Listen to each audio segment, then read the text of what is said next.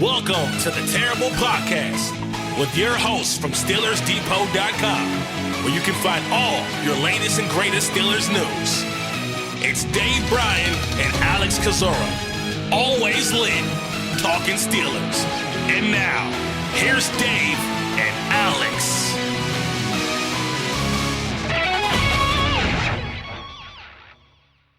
Welcome to the Terrible Podcast, Season 16, Episode 164. He's Dave Bryan. I'm Alex Kozora, SteelersDepot.com. Thanks for being back with us this Friday as we're moving right along through mid-July. The Steelers not too far away from reporting to training camp. I think the Seahawks reported today, so they're the first team to arrive and really begin their 2026 NFL season. I have a special guest today. We have Joe Clark from Steelers Depot joining us to talk about the Steelers' latest news, our 90 and 30 series, and Joe's thoughts on the team heading into training camp. Be sure to check out Joe's podcast he does with Ross McCorkle, The Depot Dive. I think it just dropped an episode just earlier this week, so go check that out. It drops once per week. So, Dave, I'll intro you first, and then we'll talk to Joe. Dave, how you doing? All right. Happy Friday. It's Spaghetti Friday for me, but it's going to be delayed a little bit. I've continue to have some issues with my blood, so I got to go to the doctor, get that checked out today. It's not supposed to be serious. At least that's what they're telling me. But got that on the docket for today, and starting to continue to work through my 90 and 30 series, which I can see the light at the end of the tunnel when it comes to that. We're going to be discussing, I think, probably about 6 more players in that with Joe today, and glad to have Joe with us today. It's been several weeks, I think, prior to the draft and all like that since we had him on. Joe, for the listeners real quick, and remind me, how long have you been with us now? And how did all that start? Do you remember?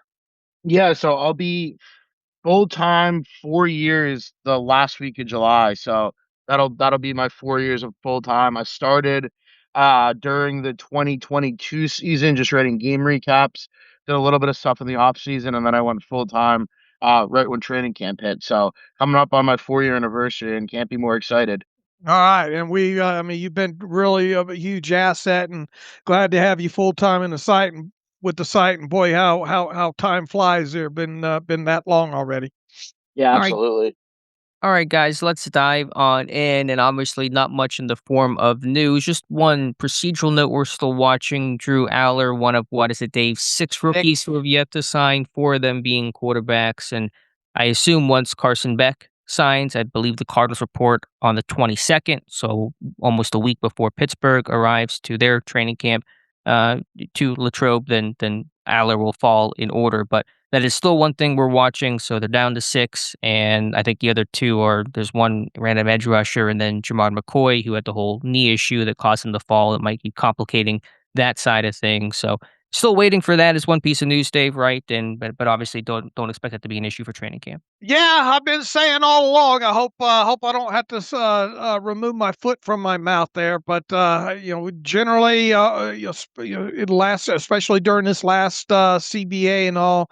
I can't even remember a time. Maybe there's been a time or two where 1 or 2, obviously not Steelers players, but players around the league maybe hadn't officially signed by the start of training camp. But I'm racking my brain trying to come up with the last time that has happened there. And we're down to 6 at this point. I mean, we still have a little bit more than a week to go.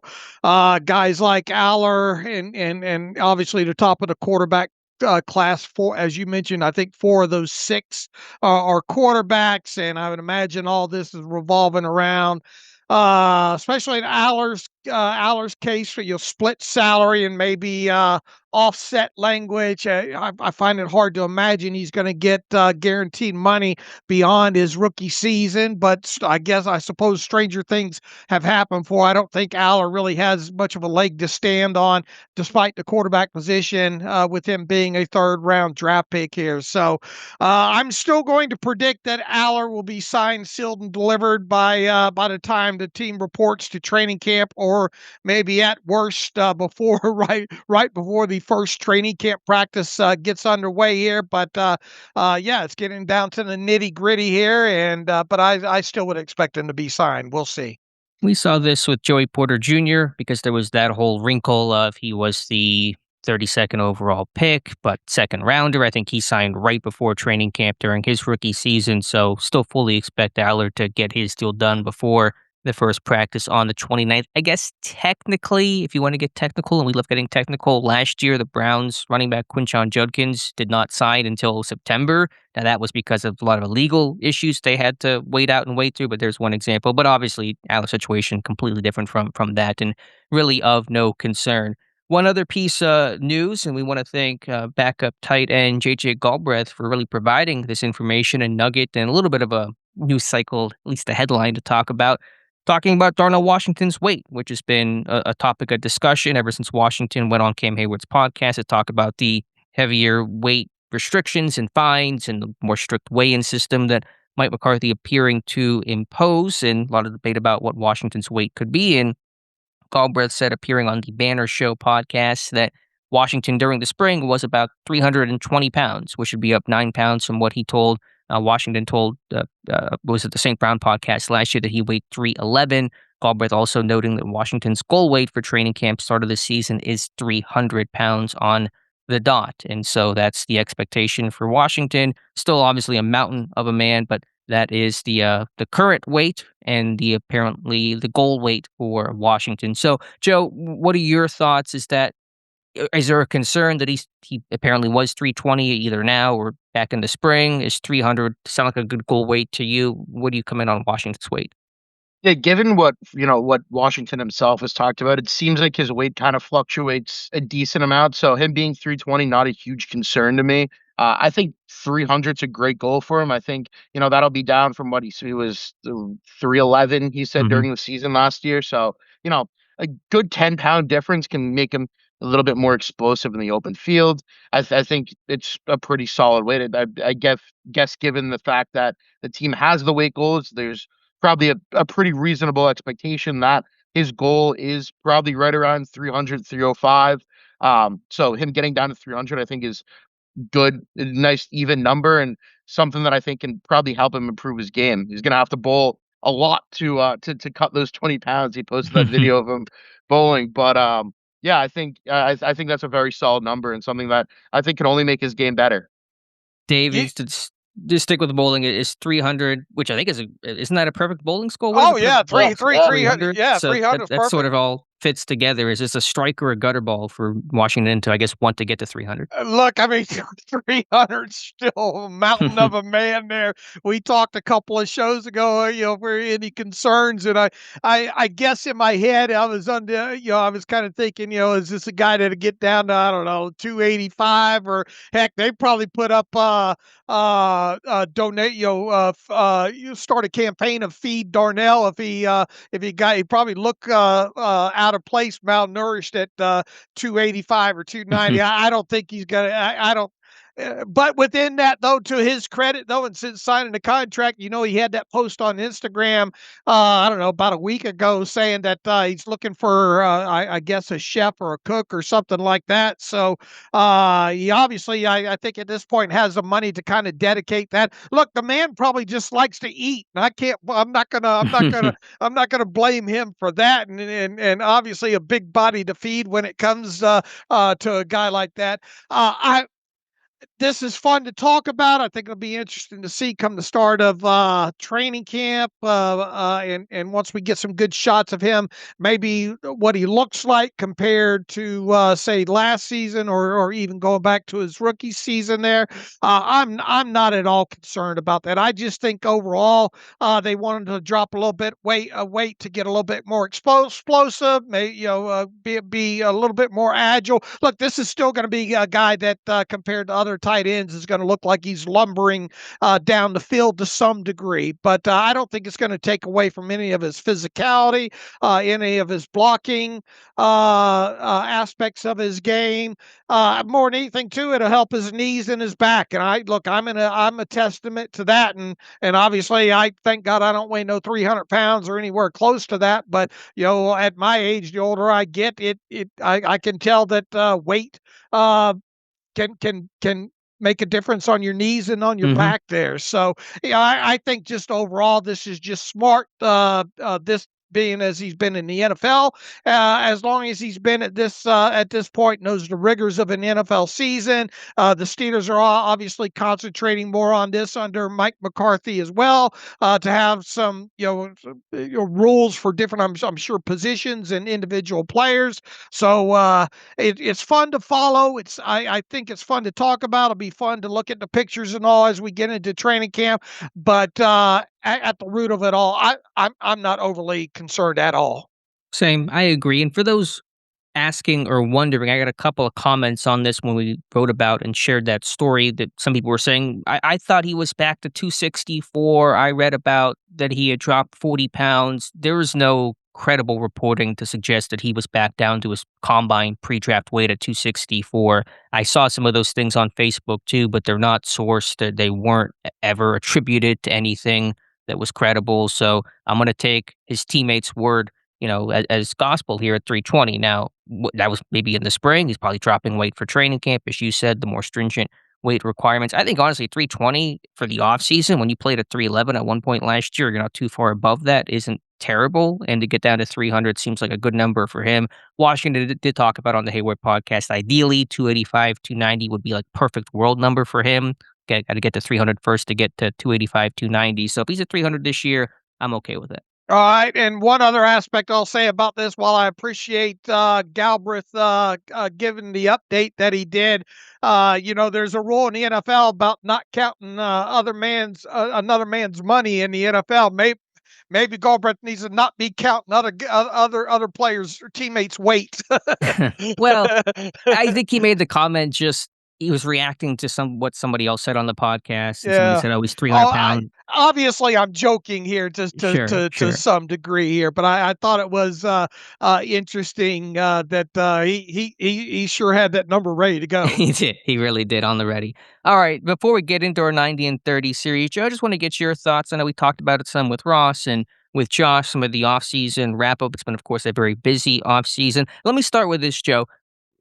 Mike McCarthy's been Pittsburgh's head coach for about 6 months now. Do you feel better or worse about the McCarthy hire than you did at the time that we first learned he was going to succeed Mike Tomlin? Oh, I feel much better. I mean, I think even when he was announced as a candidate to interview, everybody kind of thought, oh, he's just getting the interview as a local guy. How serious of a candidate is he? And then they hired him, and he was like, oh wow, that's I mean, because there was a huge break in what they had done, it was definitely a little bit shocking that they went with an older coach. And I mean, I personally wasn't super excited about it when it happened.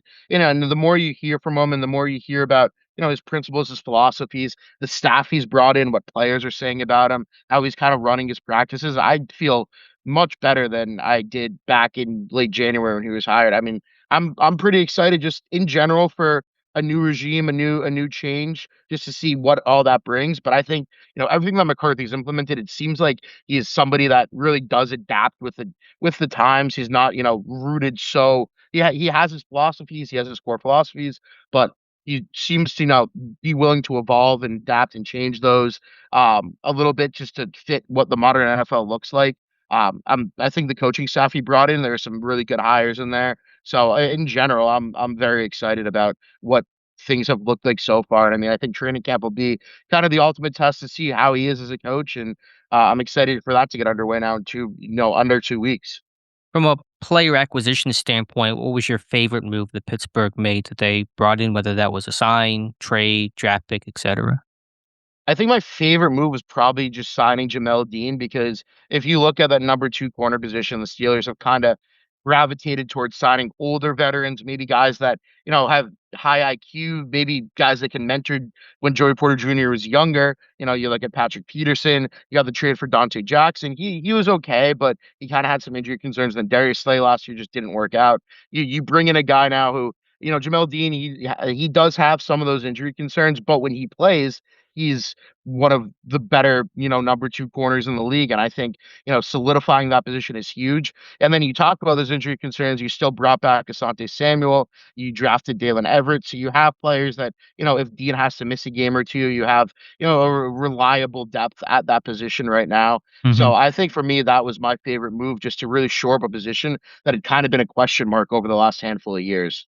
Dave and I have talked about it. Go ahead, Dave. Yeah, I was going to ask kind of along a question because obviously we don't have Joe on. Joe and Ross obviously have their podcast and discuss a lot of these same things. But for those that maybe haven't tuned into that yet, in which they obviously hopefully should and do and will moving forward here,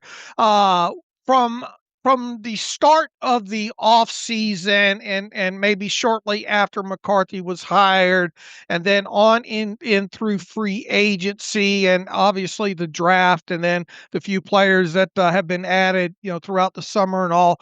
Uh, how has your thoughts changed, if any, on maybe your thoughts on this team coming out of or entering the draft and free agency? In other words, ahead of that to where this 91 man roster is right now. How and obviously there's an aspect I think that it's always hard for people like us who kind of cover the team and try to be as objective as possible. The fan element always tends to creep in there, especially the closer that we get to a start of training camp and the preseason. I know personally, I have become a lot, not a lot, but a little bit more positive about this team moving forward into the offseason. And I think Alex and I even talked not too long ago that this, at least where it sits right now, is what we view as a very strong 91 man roster where it's going to be some tough decisions. But how has your outlook on this team, I guess, changed, if any, throughout the course of the offseason?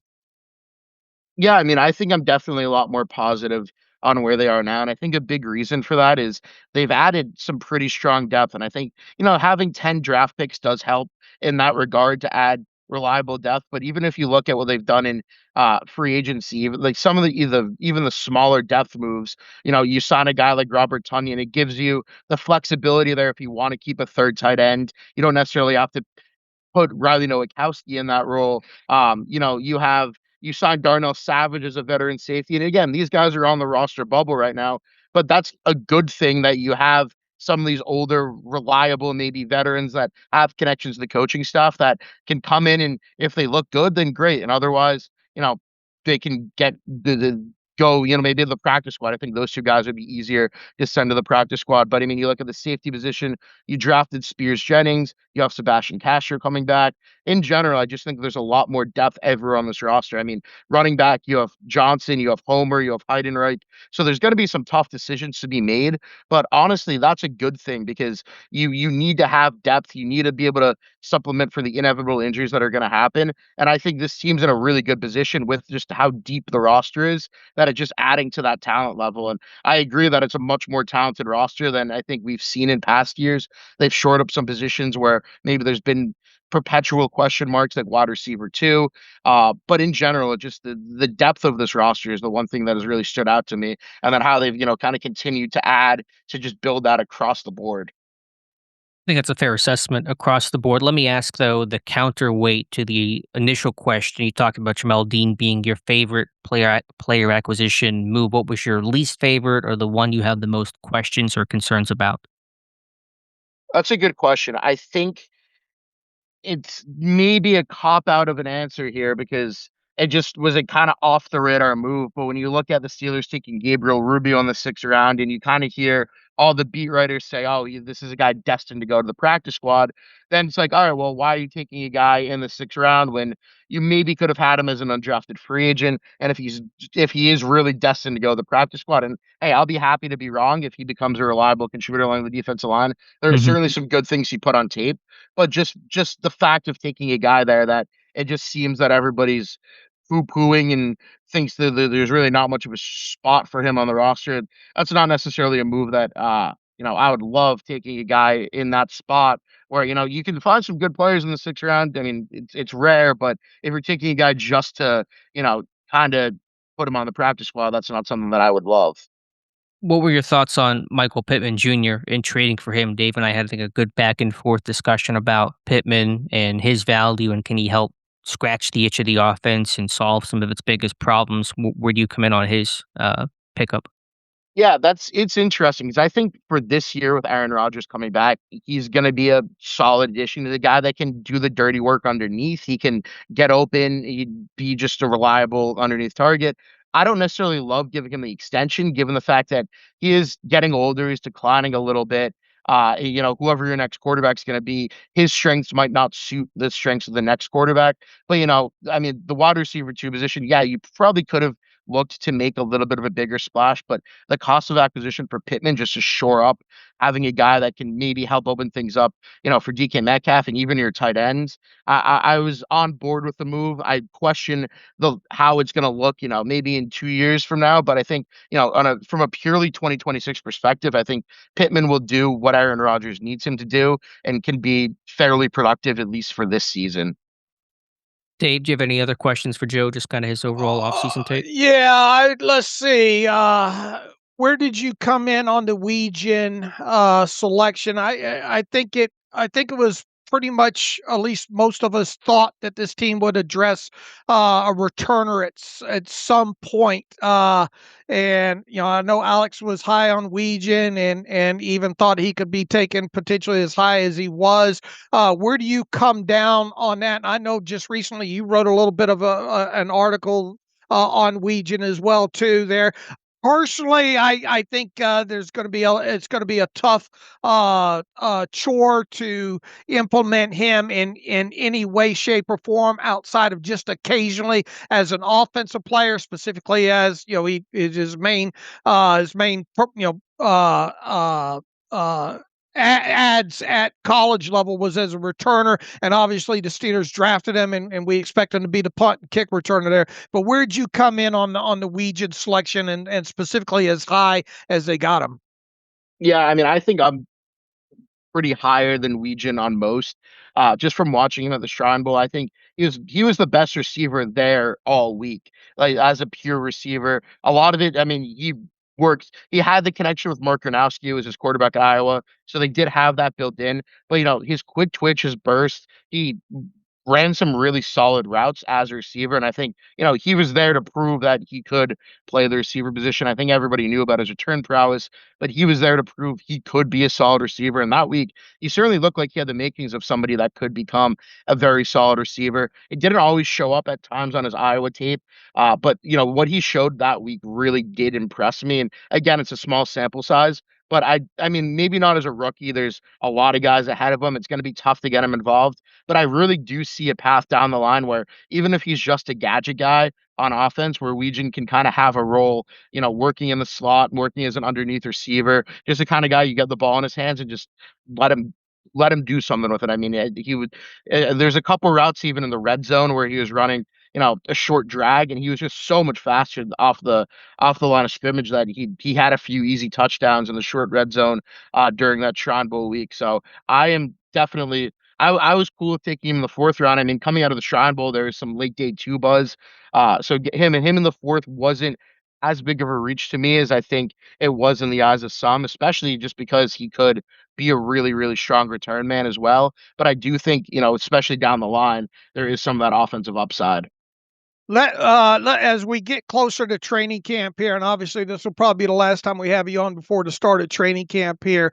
If you were to be lose all internet and all connections through the first week of training camp, and then all of a sudden you jumped on and you had to ask, say, Alex, five key questions that maybe that's going a little bit too deep there, but what would be the key questions or answers you would want to know about what has had transpired, let's say through the first week of training camp, that you would want immediate answers on, if you were to ask Alex?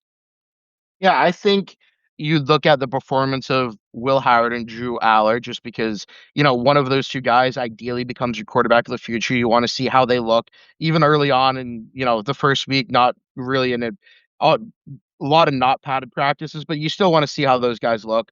I would look at Caleb Johnson. I mean, last year he seemed to start off camp on a really high note. He's doing kind of the same thing he did last year where he trained in Arizona, in the 110, 115-degree heat. He was out there with David Montgomery and a few other running backs. And I think last year Mike Tomlin had kind of said that training helped him out early on in camp. But he's a guy that you took in the third round last year. Now he's on the roster bubble. So, his performance, I would honestly look at the backup safety position battle between Spears, Jennings, Castro, Darnell Savage, where those guys are up, because I think that one's really interesting. Dalen Everett was, kind of the darling of OTAs. Is he keeping that up? Is the inside linebacker room, how is, somebody like Carson Bruner, Malik Harrison looking? Is that room going to be a concern? Because I think right now that's kind of the one area where everybody has as probably the weakest link right now. Peyton Wilson needs to take a step up. So just the overall strength of the inside linebacker room, I think, is a big one.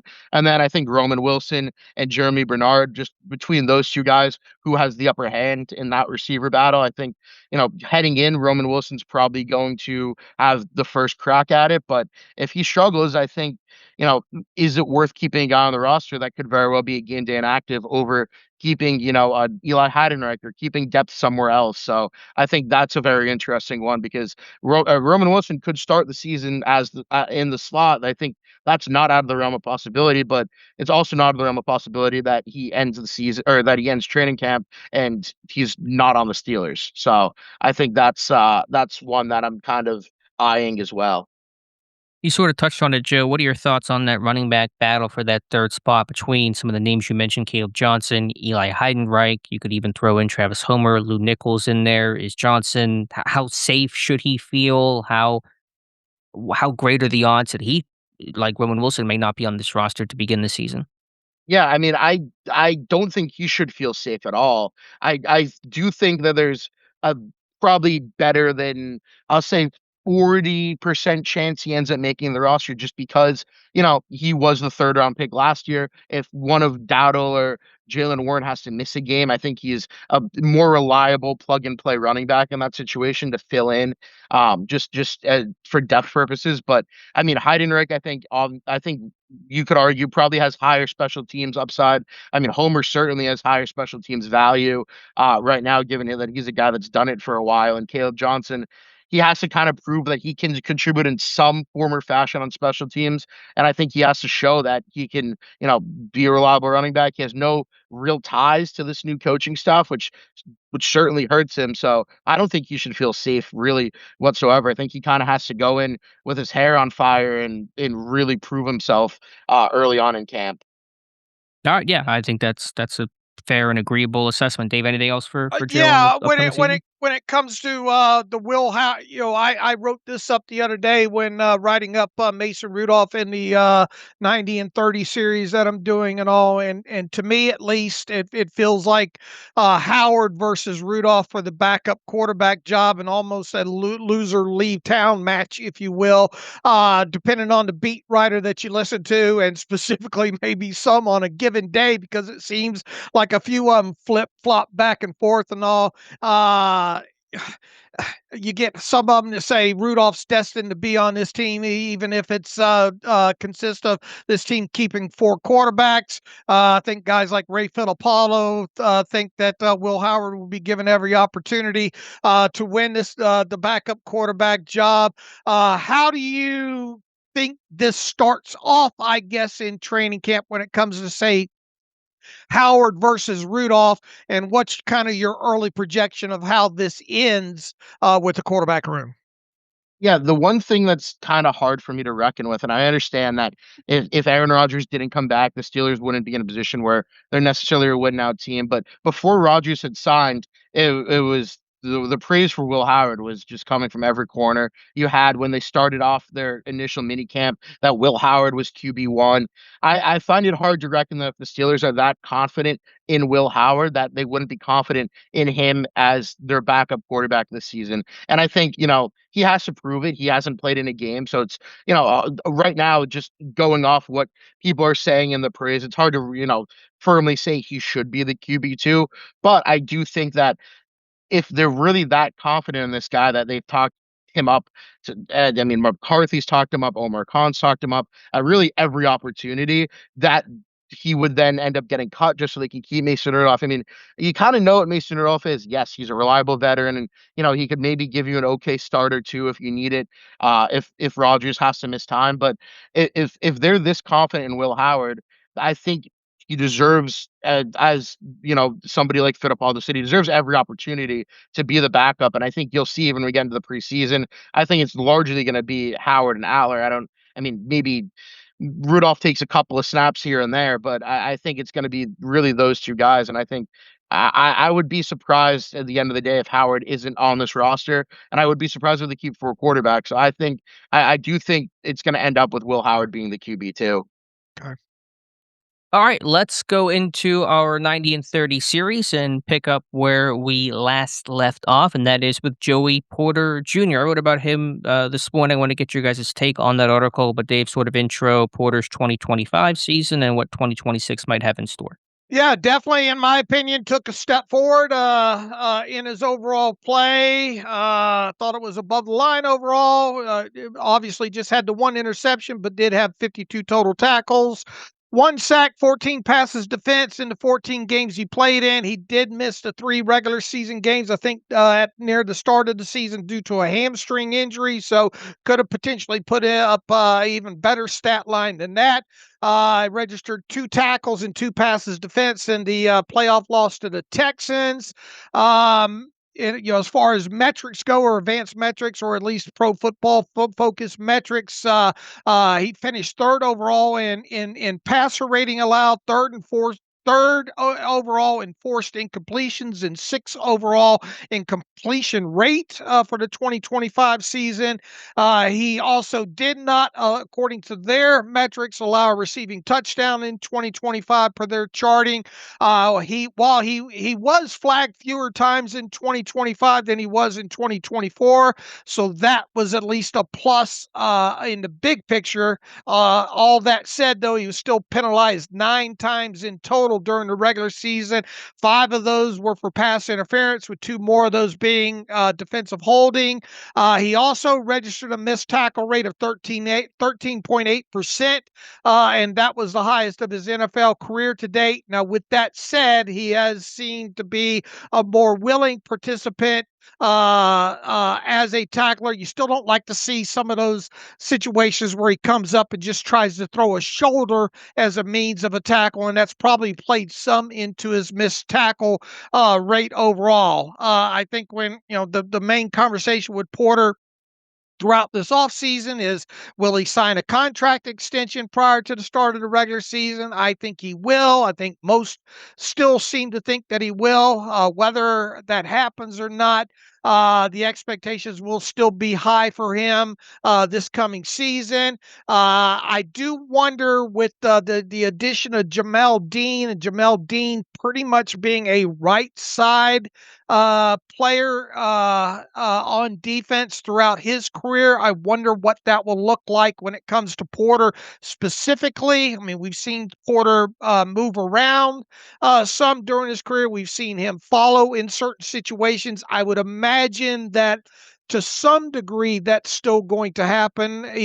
Look, you still expect, the expectations are for this team to play a lot of two high safety type coverages, whether it be cover 2, cover 4, quarter type situations here. I do wonder how much Porter will actually, quote unquote, travel. Will we see him some in the slot with maybe Jalen Ramsey expected to play more of that, continue to play more in that role this year. So I think the biggest questions with Porter, specifically when it comes to the addition of Dean, is how much we'll see him move around in this defense.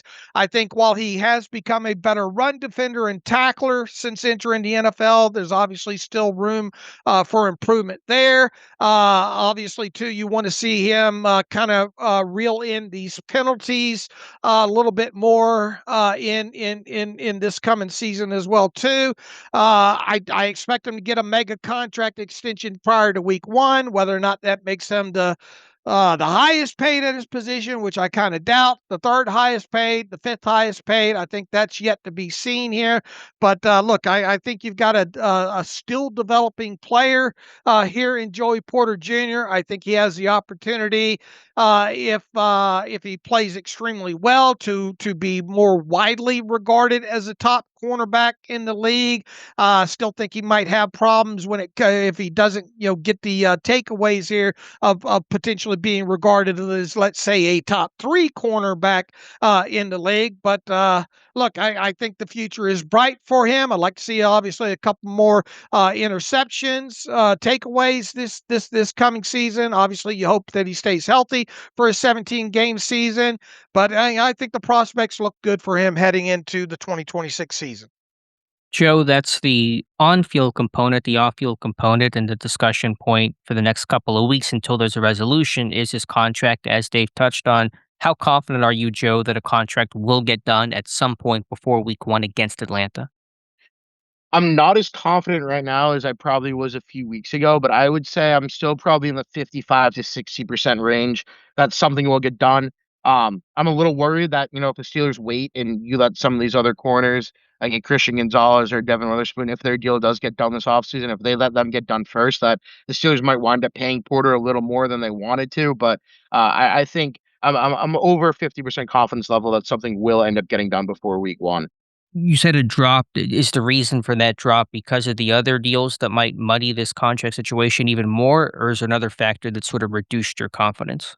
Yeah, I think it's looking at those other deals and considering just how high they could possibly go. Like it could be a true reset of the cornerback market, and if those guys are in the high 30s, $30 million range, even maybe low 40s, if you get up there, that would be a lot. But just if you get a really like a true reset of the cornerback market, and then Porter wants somewhere 34, 35, somewhere around there, that gets a little bit that's a pretty big number for somebody like him. So that's where it gives me a little bit of trepidation. But I mean, at the end of the day, I don't necessarily think those other contracts will reach that upper end of that range. But if the cornerback market does truly get reset, then it makes things a little bit more dicey when it comes to re-signing Porter.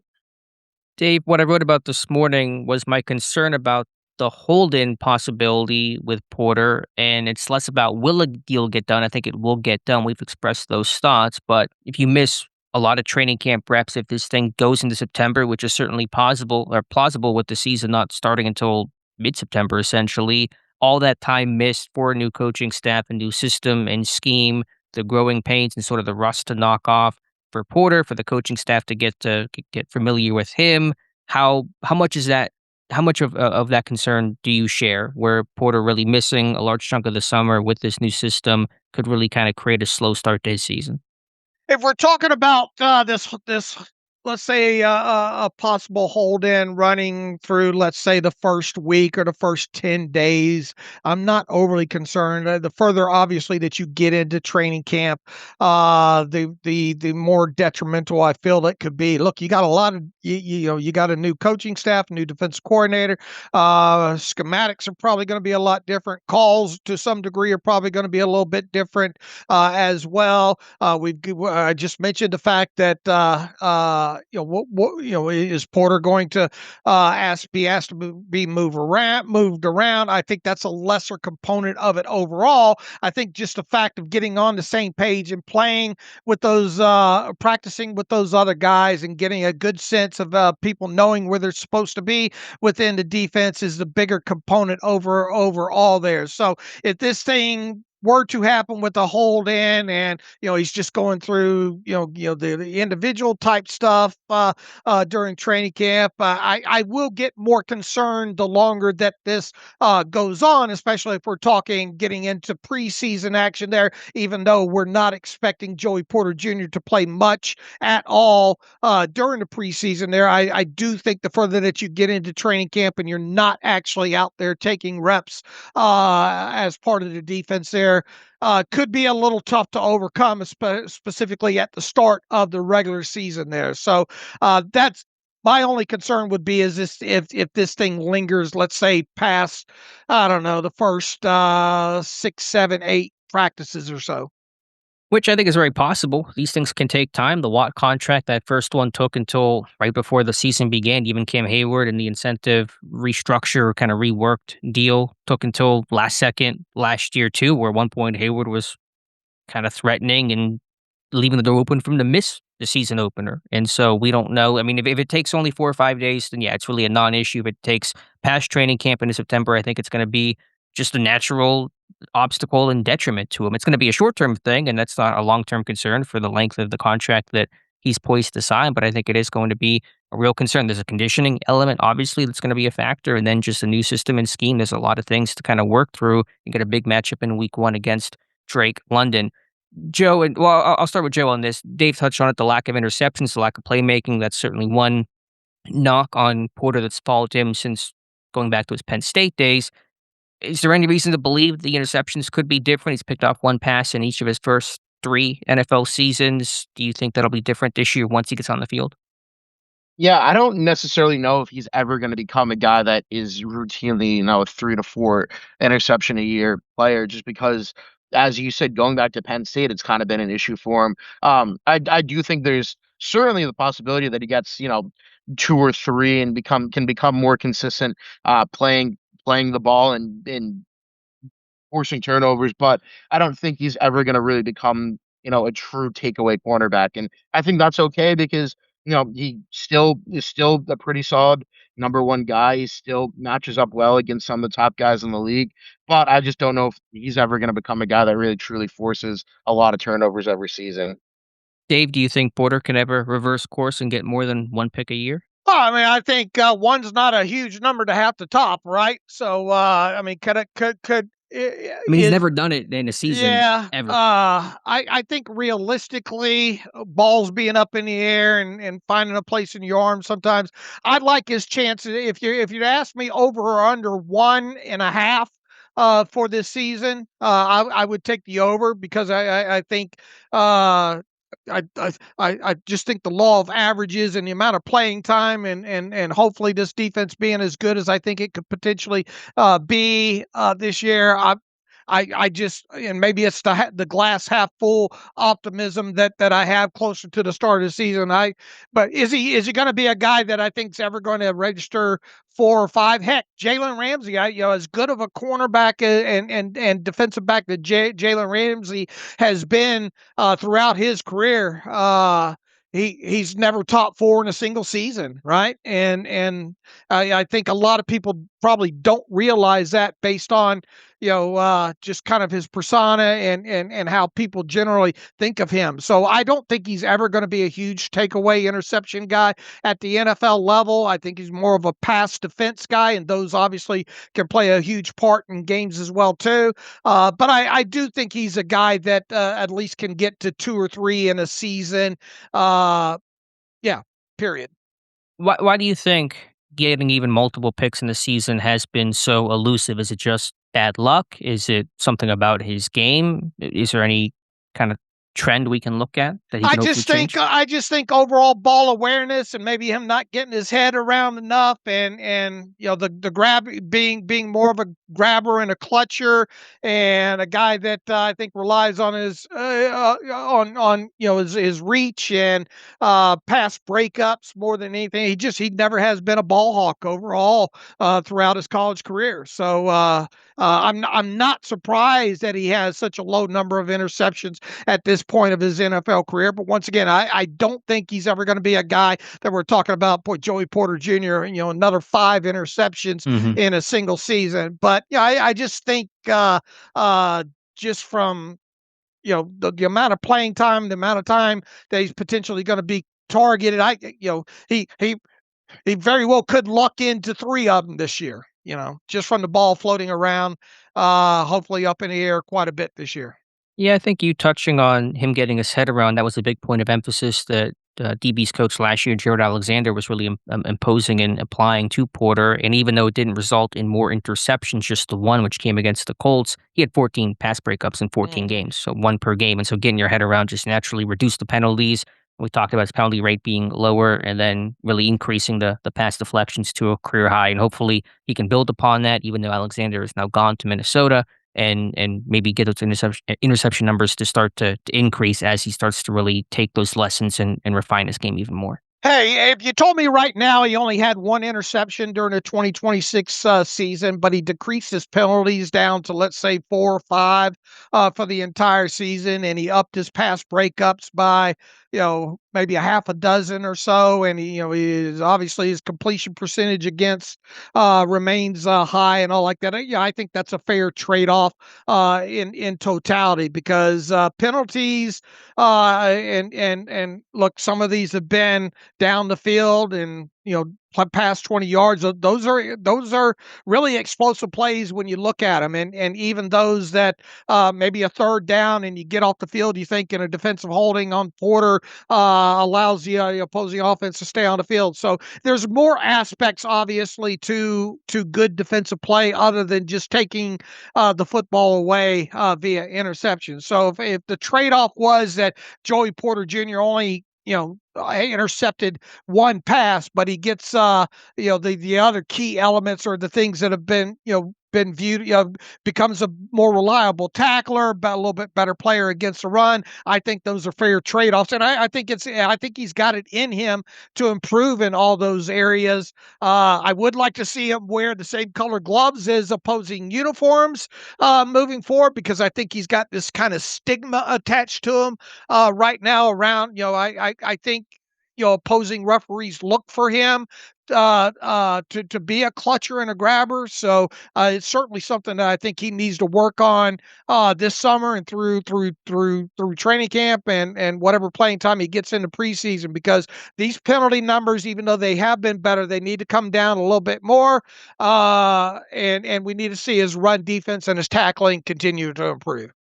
I do think his run defense has continually gotten better. I think even midway through his rookie year, you saw him improve there. I think even the missed tackle rate was elevated last year. I think just overall his willingness is one to think about the Bills game. They were tested again. I thought they did a good job. Even the Buffalo ran all over Pittsburgh in general in that game. Remember in training camp, there was one run period where he stuck Warren in the ground. It was like a back-to-back, I think, tackles for loss. And so I think we've seen improvement there.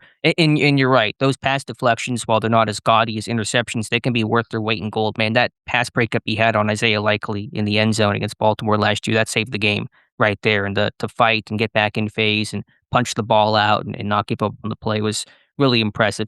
Joe, let me ask you this. If I made you choose which you would rather prefer on a stat line for Joey Porter Jr., just making up some numbers here, would you take 4 interceptions and 11 penalties for him, or 1 interception and 3 penalties for Porter in 2026?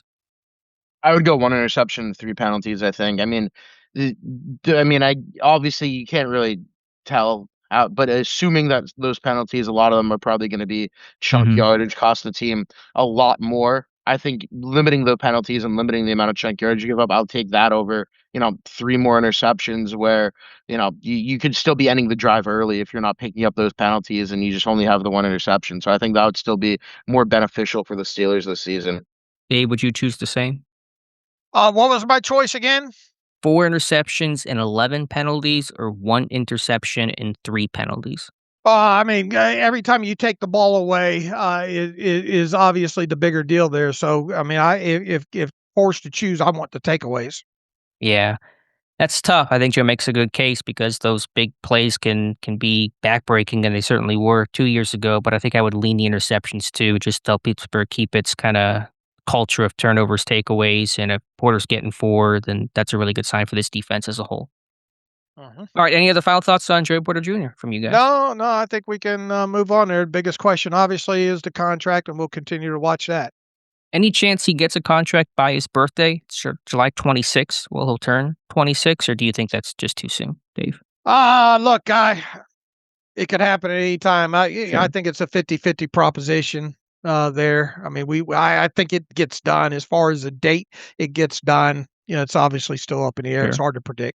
All right, let's move on to the other Porter on the roster, a teammate in that cornerback room, Daryl Porter. And I guess the team site's not calling him Daryl Porter Jr., even though his father, Daryl Porter Sr., was drafted by the Steelers. So we'll just call him Daryl Porter. He was a mid-training camp ad last year, impressed, stuck, made his debut in Pittsburgh late in the season, I think against Detroit, and he's back for another lap around the track, Dave. Yeah, as you mentioned, he ultimately landed with the Steelers last August. He went on to play nearly 90 snaps during last year's preseason for the Steelers, in addition to 15 more on special teams. Most of his defensive preseason snaps came as an outside cornerback. He obviously failed to make the initial 53-man roster last year, but the team signed him to their practice squad at the start of the regular season. He remained on the practice squad for most of the 2025 season, was even elevated to the game day active inactive roster for one game last season. He appeared in that one game, logged one defensive snap at outside cornerback and three more on special teams. He ultimately did end the 2025 season on the Buffalo Bills practice squad, and they signed him to a reserve future contract back in January. The Bills jettisoned him from the offseason roster in June, and he kind of immediately signed back to the Steelers several days later. Obviously been on the offseason roster ever since. College career included him playing both at West Virginia and Miami. He registered 108 total tackles, 3 tackles for loss, 1 interception, 18 passes defense. He played outside corner and slot during his college career, in addition to logging playing time on special teams. He seems, I use that carefully, to be pegged as an outside corner for the Steelers throughout the 2025 preseason. It'll be interesting to see maybe how this new coaching staff thinks of him this summer during training camp and the preseason. Will he get any work as a slot cornerback this summer? We'll see. Regardless, I think he's a guy that should receive plenty of playing time during the preseason, assuming he can stay healthy, obviously, and has a good chance of keeping his roster spot at least through training camp there. You look at the depth and the makeup of this cornerback room at this point of the offseason. He really faces a huge uphill battle when it comes to his chances of making a 53-man roster.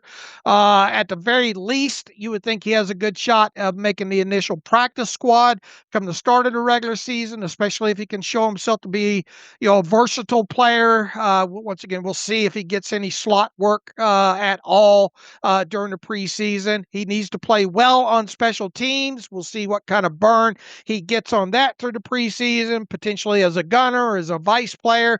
The fact that he was able to get himself elevated for one game last season, I think at least carries a little bit of weight. Even so, yeah, I think you're looking at this Porter. Best chances of staying in Pittsburgh past the preseason would be as a member of the practice squad. Joe, any additional thoughts on Joe Porter?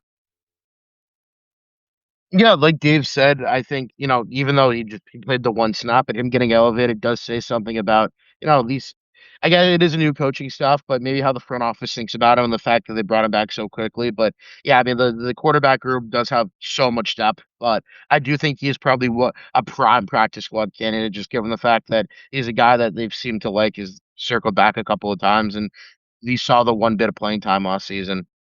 Yeah, I think it's really impressive that he was able to latch on last year to be signed as a mid-training camp ad when injury struck. I think that's when Trice went down and Kent went down and Ramsey got dinged up, and they brought in Porter. And remember Austin speaking highly of him right away. And so cornerback is such a deep room. It's tough to see him make the 53 unless there's a bunch of injuries, but practice squad and hang around like he did last year, I think it's very much in play. There's a lot of other guys he'll be competing with too for those practice squad spots. And will they carry 5 or 6 in the 53? And how many will they carry in the practice squad? Or will it be 2 or will it be 3? But even though it is a new coaching staff, as you guys pointed out, just him being back in Pittsburgh, something that's a little more familiar, is always good for a player mentally to really be able to focus on his job and not just kind of like, I'm the new guy and I'm just trying to figure it all out. And going through the whole offseason program is obviously really beneficial. Mhm. All right, let's go to Patrick Queen next on the list. We've talked about Queen quite a bit, really critical year. Is there any, Joe, I'll start with you. Is there any player under the microscope more than Patrick Queen is for Pittsburgh this year? I don't think so, especially when you consider the fact that, the inside linebacker room, as I said earlier, I think is kind of viewed as maybe the biggest concern group as far as position this season. And I think the biggest thing is the communication. So, now you have a new staff, you have a new defensive coordinator. The Steelers' communication has been a mess ever since Patrick Queen started wearing the green dot. And so now this year, it's really going to be, all right, is the communication issue, was it Terrell Austin? Was it the prior coaching regime? Or was it Patrick Queen? So I think that's the biggest thing we're going to learn this year. And I think that's, something that a lot of people are going to be looking for when it comes in this year. And I mean, contract year for him. I think the general consensus is that it will probably be his last season in Pittsburgh. But I mean, for him, you try to put together a strong season, try to earn yourself a new contract. But yeah, there's going to be a lot of eyes on him this year. Dave, how optimistic are you that Queen can begin turning things around and looking like the player Pittsburgh signed him to be? I tell you, if he can, I think the biggest things when you talk about Patrick Queen, not only in his time in Pittsburgh, but dating back to Baltimore as well too, has just been kind of the inconsistent overall play. And I think even some NFL executives took note of that in that ESPN write-up. I don't know if that's just one NFL executive overall. I would imagine the viewpoint around the league overall is that Patrick Queen's got a lot of talent. Just he needs to be a lot more consistent in his play. I think one of the big things with him coming out of his 2025 play was his high missed tackle rate, in addition to his overall coverage grade, which obviously can be quite subjective, especially in zone type situations.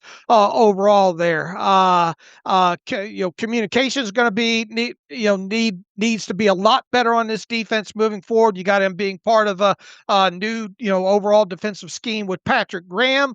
Overall, I mean, look, as inconsistent as you want to say Patrick Queen's play was last season, he still managed to register 120 total tackles in the regular season, 8 tackles for loss, 1 sack, 5 quarterback hits, 1 forced fumble, and 1 fumble recovery, and 7 passes defense. Now, I think there were potentially 2 interceptions that went right through his hands that you would have liked to seen him make plays on.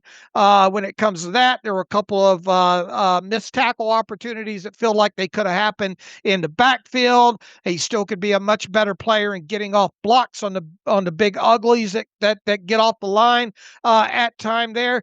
If and it's a big if he can get this missed tackle rate down overall, and he could start getting and playing the run a little bit better overall. I mean, I think there's a potential, at least with I mean, he's still a young guy overall as well too.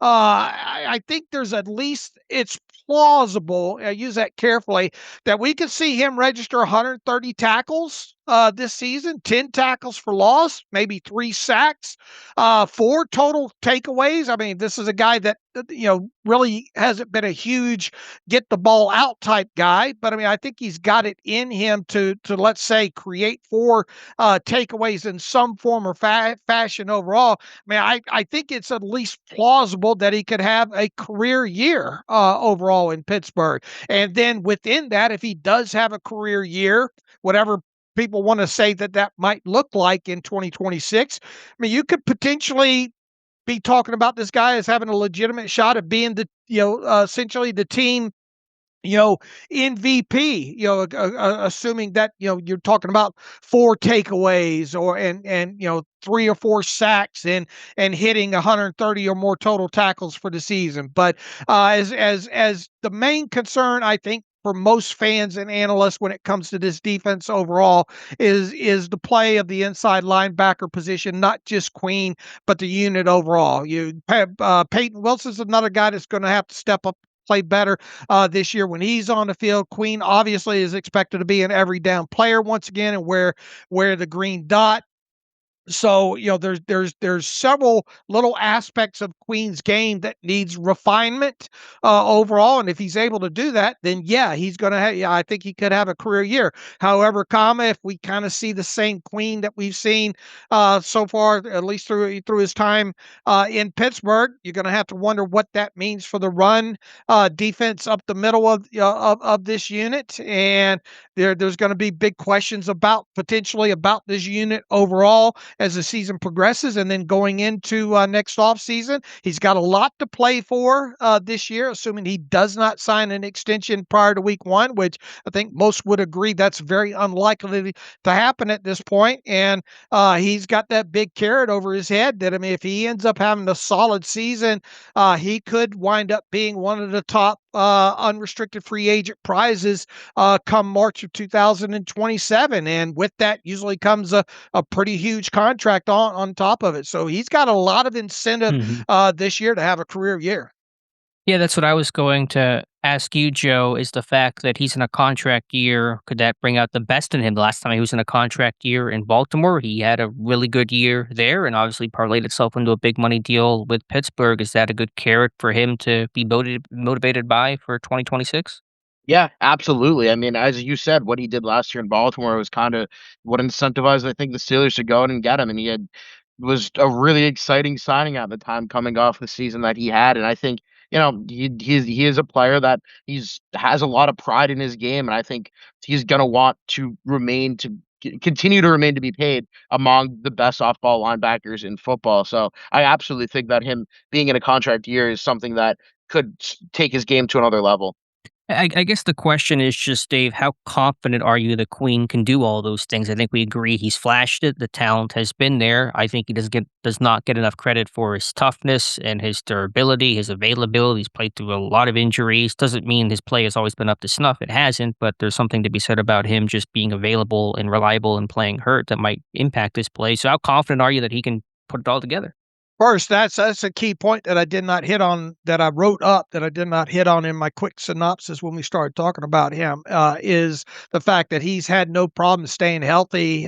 He's never missed a game since the Ravens drafted him. And I tried to look at NFL GIS about Iron Man, and that part of their site is down right now. I mean, he's got to be up.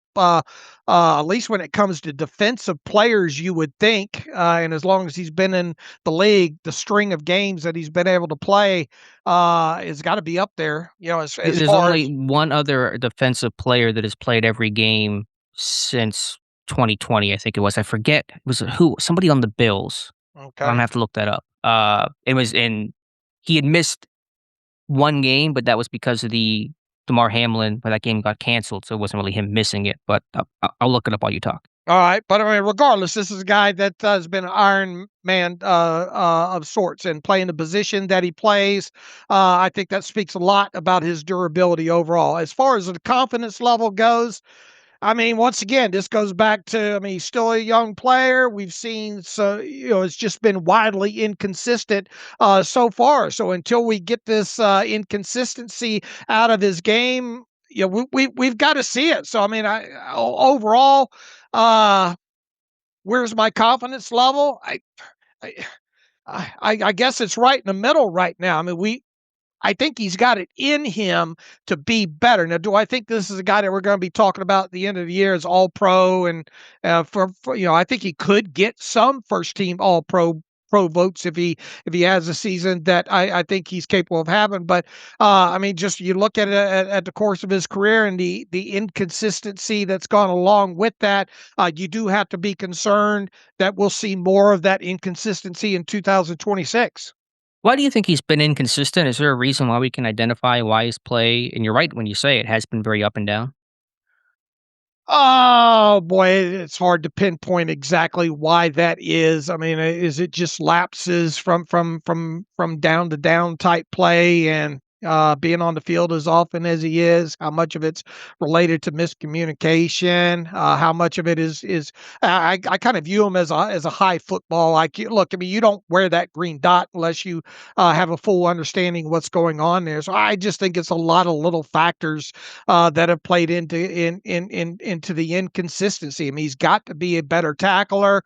I think sometimes he ball watches a little bit too much instead of moving his feet in certain situations, both as a run defender and as a coverage guy, specifically in zone type situations like that. So I think just a lot of different factors have led into the inconsistent play.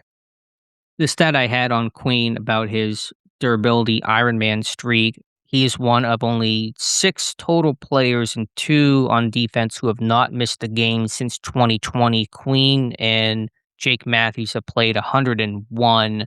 Saron Neal, which is the Bills DB I was trying to think of, Josh Allen, Alex Kappa, and Ted Karras have not missed a game. They have played 100 because of that Bengals-Bills game officially not happening. But yeah, the Iron Man streak is certainly very good with Queen, but there has to be more than just him being available and on the field. Joe, your thoughts on the inconsistency, any sort of reason why his play has been and runs hot and cold? Yeah, I mean, I think Dave kinda said it with the ball watching. I think that's something that we've seen out of him too often where he'll be, somewhere and kinda just standing there and not being in position to make a play on the ball. And that coupled with the tackling inconsistencies and just the fact that he just hasn't been as strong of a tackler as we expected, are kind of the 2 key factors that I see. Do either of you think that Pittsburgh should have entertained and really made the move to trade him to Dallas when the Cowboys came calling? I know we don't know exactly what Dallas was offering. The belief is an early day 3 pick, perhaps. Do either of you think that would have been the right move?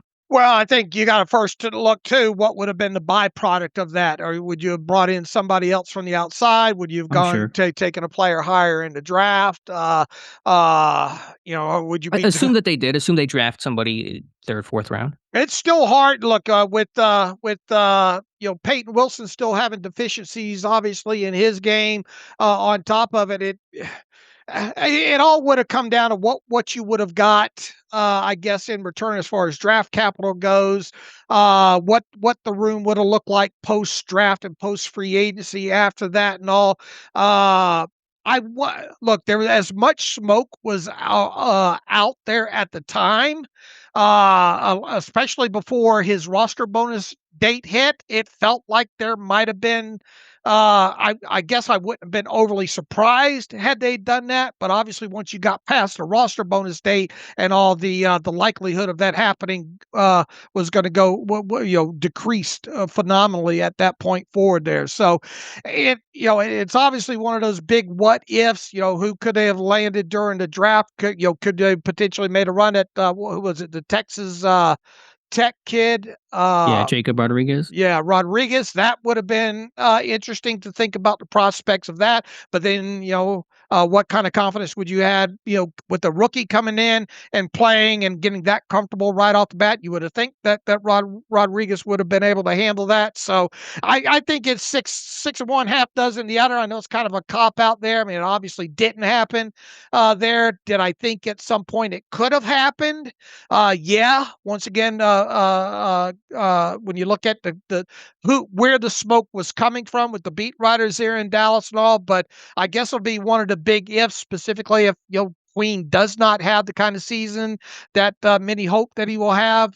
People will probably look back at this and say, yeah, they have been interested to see maybe exactly what we'll never know, what Dallas was offering and what it would have looked like had things gone a different direction with Queen being out of Pittsburgh and who they would have potentially drafted to fill that role. You gotta stop saying smoke, Dave, because Pittsburgh's just full of it Oh, today. I wanna cough every time that you say say the word.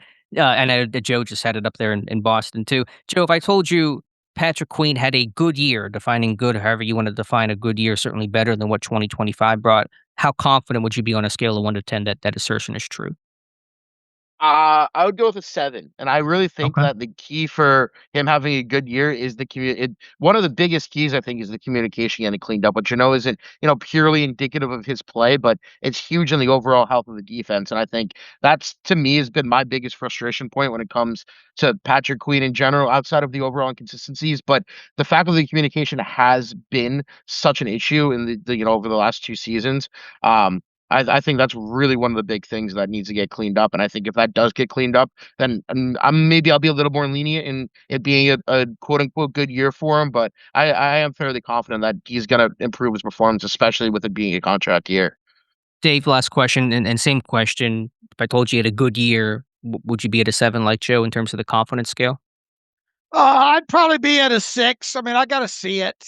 So Mhm. look, Okay. once again, I do think this is a guy that assuming he stays healthy and the defense plays like I think it can play, and if Queen can improve in some of these missed tackles, some of these key elements of where his deficiencies are specifically involved. I mean, I think there is a possibility of him registering 130 total tackles and once again get some form or fashion 4 takeaways. And look, as far as straight line guys go, as rushing the quarterback, I think you could see him have 3 or 4 more sacks this season. So I think it's at least plausible that we're talking at the end of the season. Well, at least he's going to head into free agency having a career year.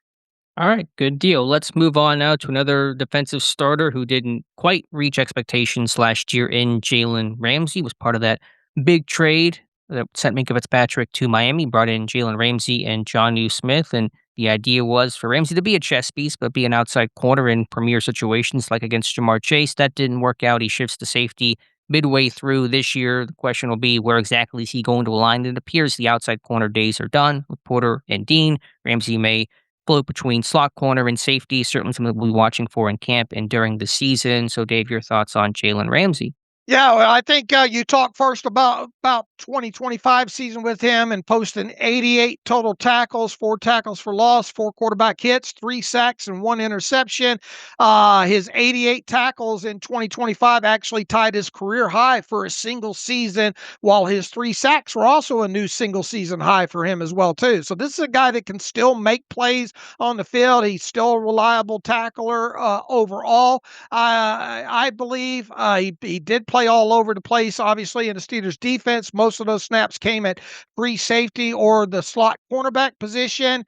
He did log 150 snaps, though, at both outside cornerback and in the box as either a kind of a linebacker or a strong safety type in 2025. He logged a career high 1,104 total defensive snaps during the 2025 regular season. He also played 80 more in special teams. So a guy that's been in the league as long as he has to have played a career high 1,100 total defensive snaps tells you that this guy can still be on the field for a high volume of plays. Play against the run, I thought was quite stellar. That has been the case with him throughout his NFL career. He also missed very few tackles throughout the season. As a coverage player, it wasn't as good as he's been for most of his NFL career. Probably partly due to him getting readjusted to playing safety like he did a little bit in college there and being moved around in the defense quite extensively. For whatever it's worth, Pro Football Focus charged him with allowing 6 touchdown receptions in 2025. He was also charted as allowing a 72.6 completion percentage when targeted. I think the outlook with him, based on what we saw last season and what we expect, or at least think that we expect for 2026, is that we'll see him. You and I talked about kind of that star position in this Patrick Graham defense, especially in sub packages. It's important to remember that the Steelers added Jaquan Brisker during free agency. Deshaun Elliott should be back as well too. How I think we have the possibility of seeing Elliott, Brisker, and Ramsey on the field at the same time. Uh, numerous times throughout this season as part of the defense running, a high percentage of 2 high safety coverages. I think we're going to see Ramsey more concentrated on free safety and slot slash, and box type situations there. He's never registered more than 4 interceptions in one single NFL season. So I think odds are good that he won't hit that number in 2026.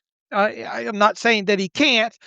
He could very easily match his 3 sacks from 2025 as well, because I think he's a very quality guy coming off the edge, times those things up. Better than others, most others, I think, when it comes to his type role in defenses. He is set to earn $19.5 million in cash in 2026, and you can bet the Steelers are going to want him to earn every penny of that in 2026 as well too. So much like was the case last season, he should really come off the field on defense if any, in 2026. He should be expected to improve in coverage. I would think this season, concentrating more on free safety and slot.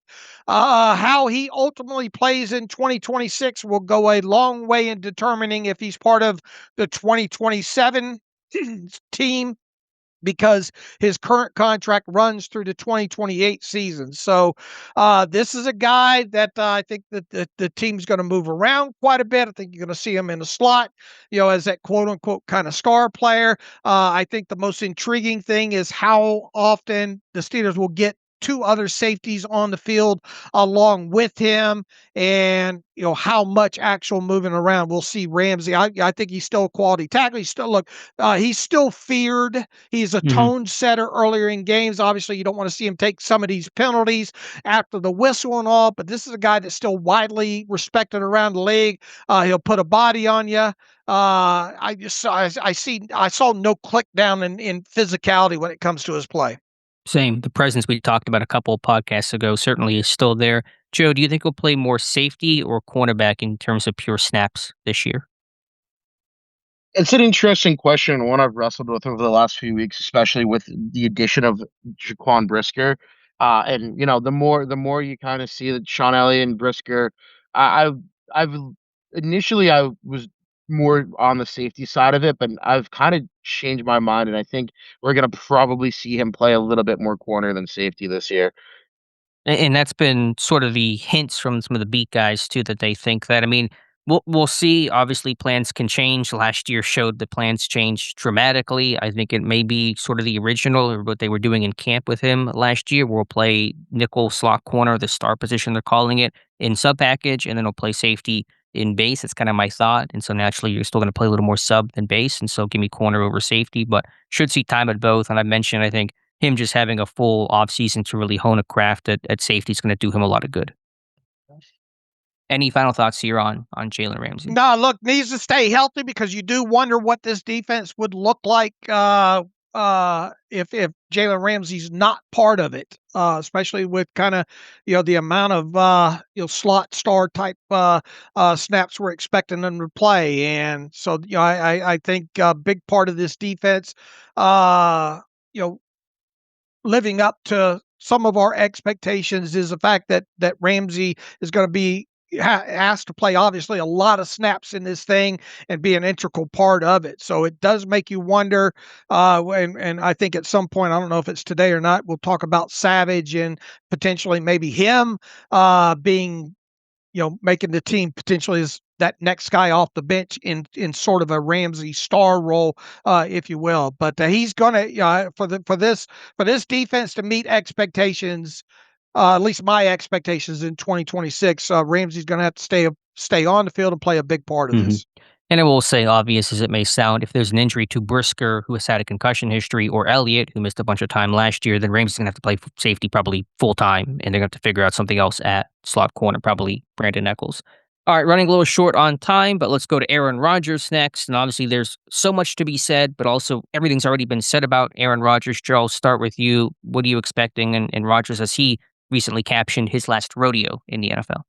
Yeah, I expect, a little bit of an improvement in production from last season, just given the fact that you have, a better wide receiver too, and Michael Pittman Jr., and he has more familiarity with the guys on offense. I mean, I don't think he's going to get back close to where he was when he was at his MVP level, but I think it's reasonable to expect that he should be a little bit better this season than he was last year.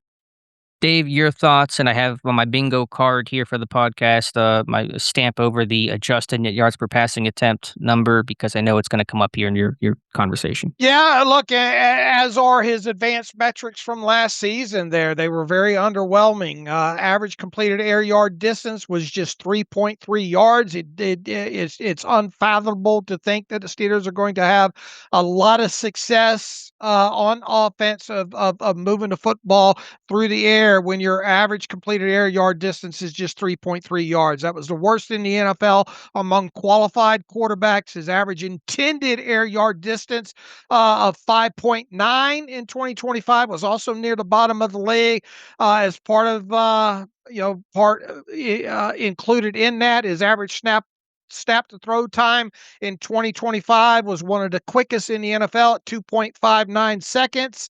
Obviously, you cannot measure a quarterback merely by him having the quickest throw snap to release time, but I think that played a big part overall in these other metrics being down. The Steelers offense registered just 38 explosive plays of 20 yards or longer in 2025 with Rodgers at quarterback. On top of that, he completed just 26 passes, thrown 16 or more air yards down the field in 2025, and completed just 16, thrown 20 or more air yards down the field.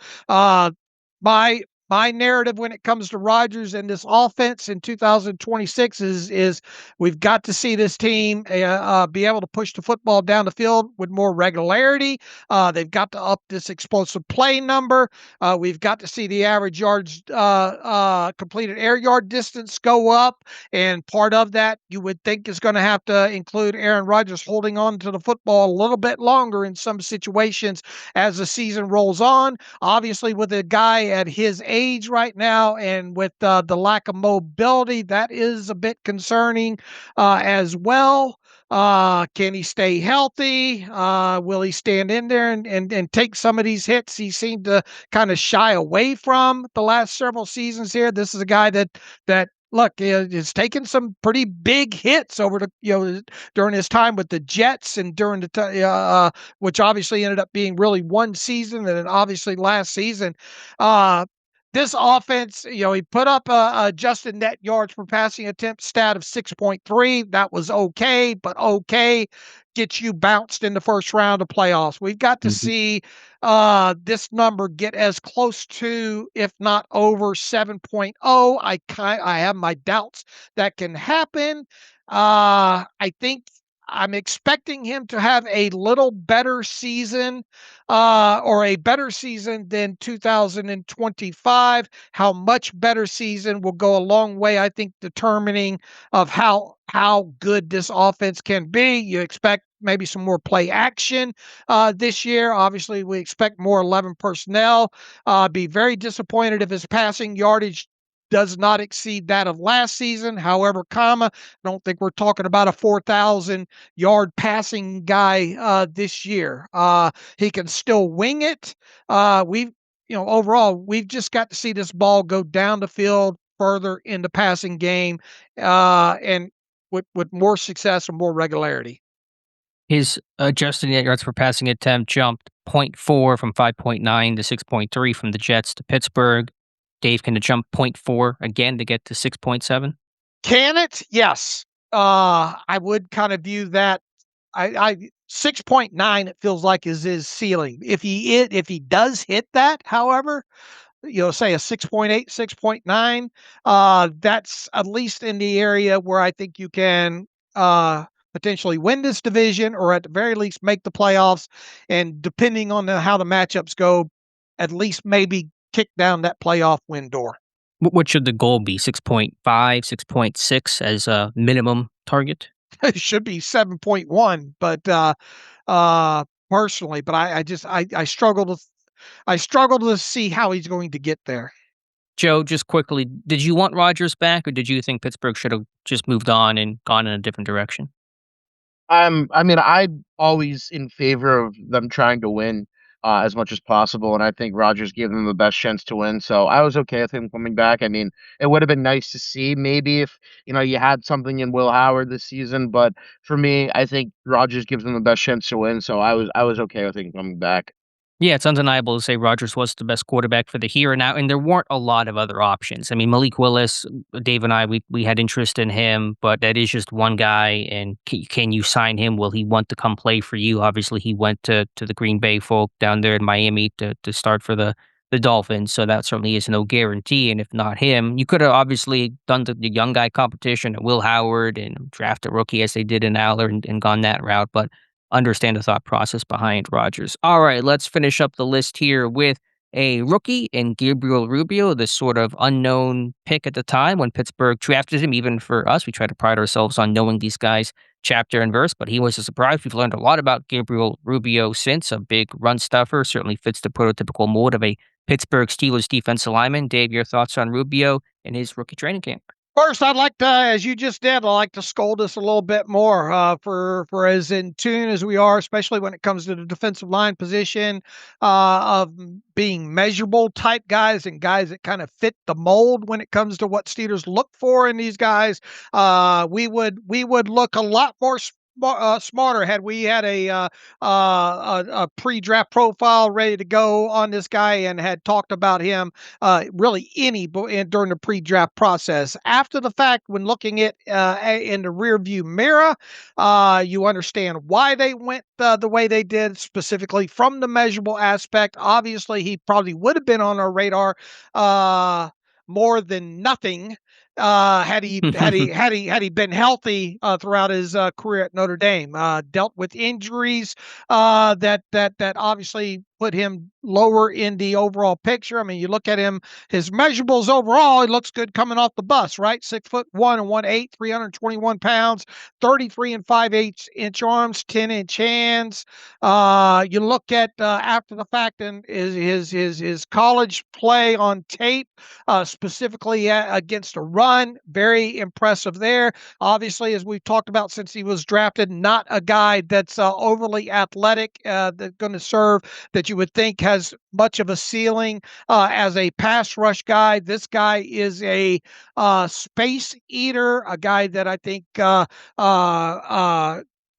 keeps his low center of gravity. You don't see him turned out of the hole all that much. Does a good job of getting those arms out, getting it off tackles. This is a run defender first and foremost overall. That was his biggest strength. Obviously arrived in Pittsburgh already having a link to the organization with his father, Angel Rubio, former seventh round draft pick back in 1998 here. Despite him being a member of their draft class this year, he's certainly not guaranteed a roster spot on the 53-man roster. He'll need to earn it. Part of earning it, he'll need to stay out of the tub throughout training camp and the preseason because his injury history is a concern. Not much of a pass rusher overall. I don't think we should expect that to get much better moving forward there. I thought he was a fairly reliable tackler during his college season. If he stays healthy, we should see him on the field a lot during the preseason. So we're going to get hopefully get a chance to evaluate him specifically against a run. If this guy is going to make the 53-man roster out of training camp, it might take this team keeping 7 defensive linemen in total. 5 of these spots already are seemingly locked up with obvious guys in Cameron Hayward, Derek Harmon, Keanu Benton, Y.A. Black, and newcomer Sebastian Joseph Day.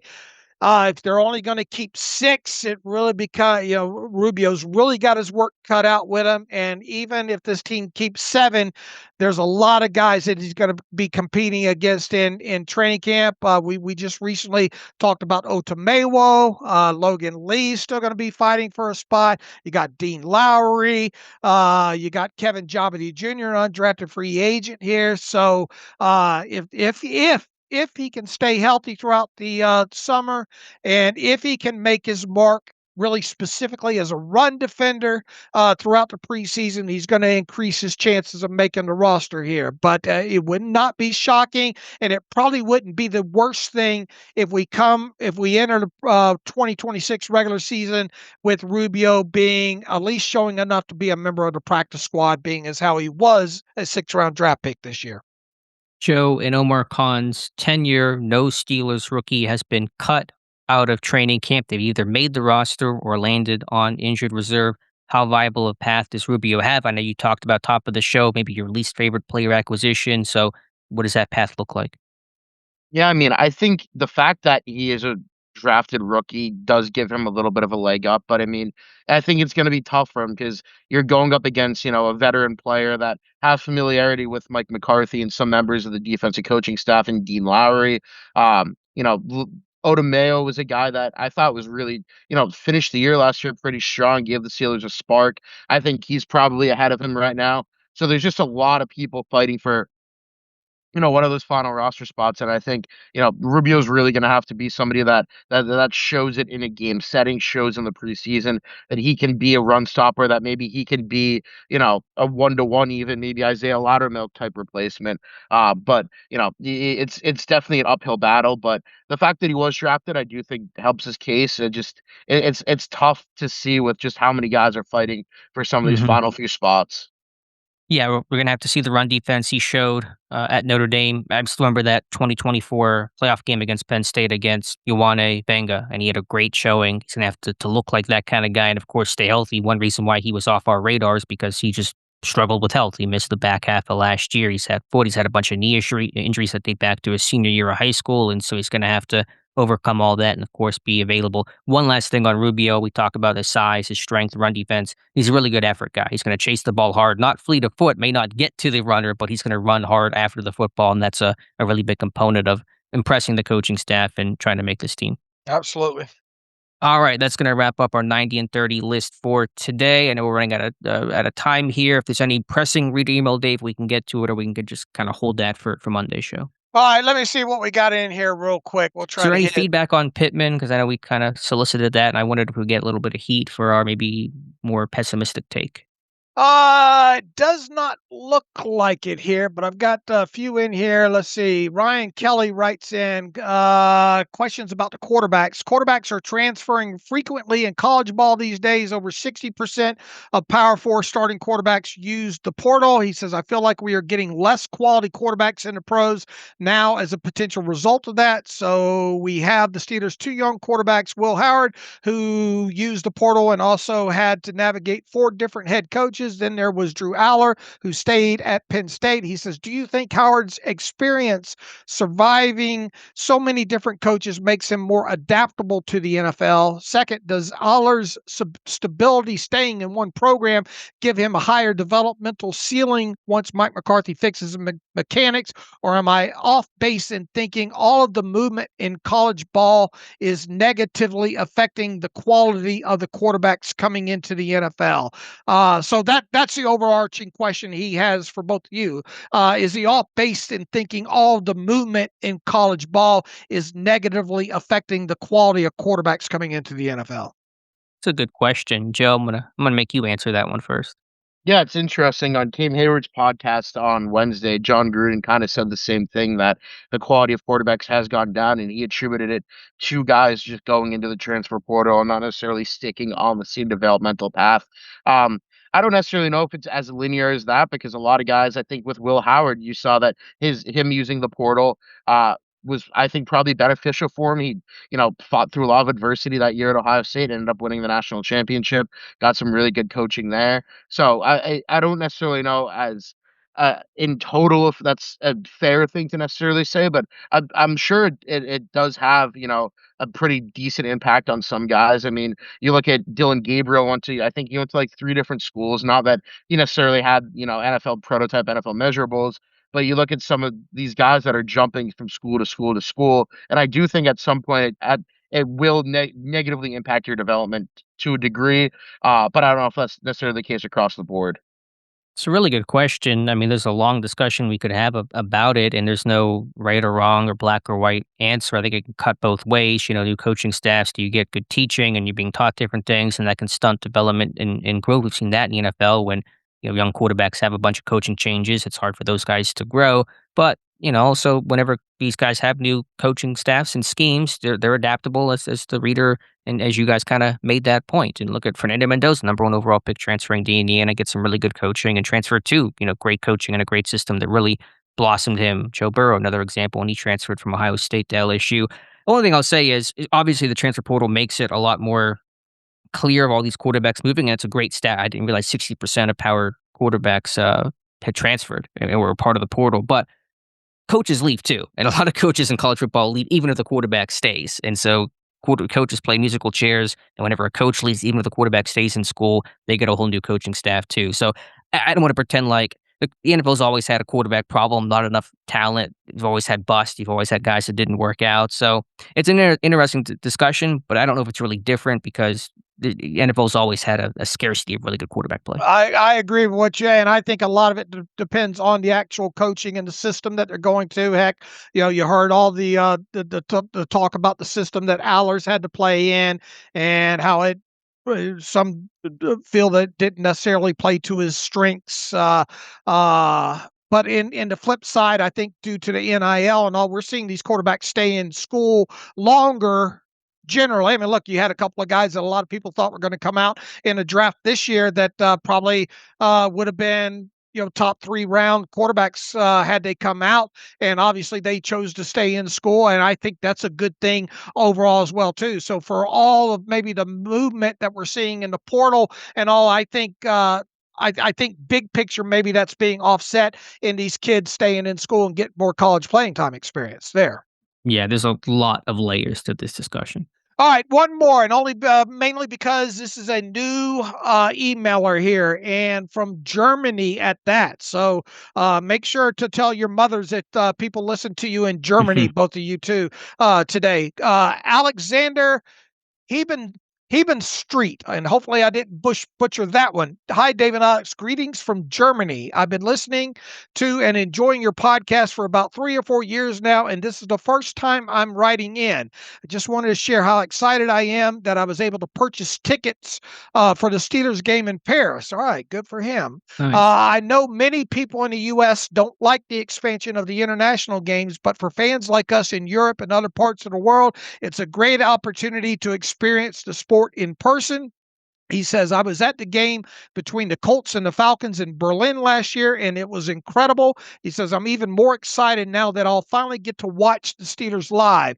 He says, part of me hopes to see Will Howard in action that day, but it probably wouldn't bode very well for Pittsburgh if Aaron Rodgers were to miss a significant amount of time.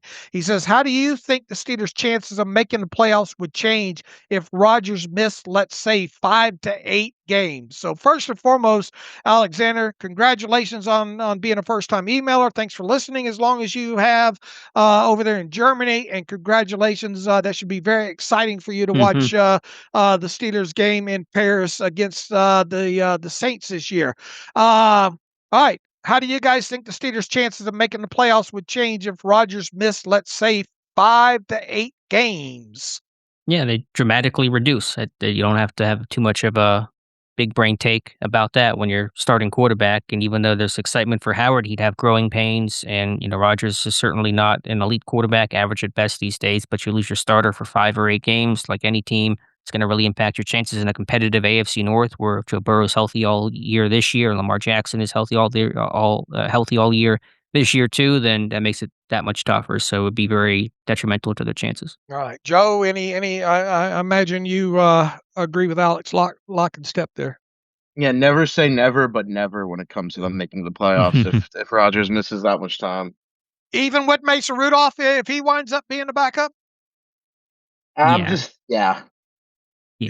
I'm with you. I really wouldn't like their chances if Rodgers has to miss that many games. Even though I'm not expecting Rodgers to have an MVP type season by any stretch of the imagination. Having Rodgers on the field can actually win you games that maybe you other quarterbacks might not be able to pull off there. All right, Alexander, thanks for that email and congratulations on going to the game in Paris this year. All right, Alex, anything late breaking there before we get out of here? No, the Bengals are going to wear their white uniforms for the Sunday night game against Pittsburgh this year. That's not really a Steelers topic, but just to mention that. But that's all I got. All right, Joe, we appreciate you coming on. It's good to hear you back on our podcast. And for those, once again, he has the podcast that runs, I think, every Thursday is generally the plan with Ross McCorkle. So make sure you're tuning into that if you're not already doing so. So in the meantime, Alex and I will be back on, I guess, Monday here. You can follow me on Twitter at Steelers Depot. Follow Alex at Alex underscore Kozora. Joe, what's your Twitter email? Twitter address? JClark1233. All right. Follow Joe on the Twitter machine as well, too. If you like what we do and want to donate to the cause, SteelersDepot.com, hit the donate button. Also, if you like an ad-free version of the site, SteelersDepot.com, hit that ad-free button and follow the directions that way. And once again, Alex and I will be back on Monday, probably go through another 9 or 12 players from the 90 and 30 series. We welcome all feedback, once again, to the email address, theterriblepodcast@gmail.com. So until Monday, everybody have a great weekend. And as always, thanks for listening to the Terrible Podcast with Dave and Alex, and today, Joe Clark.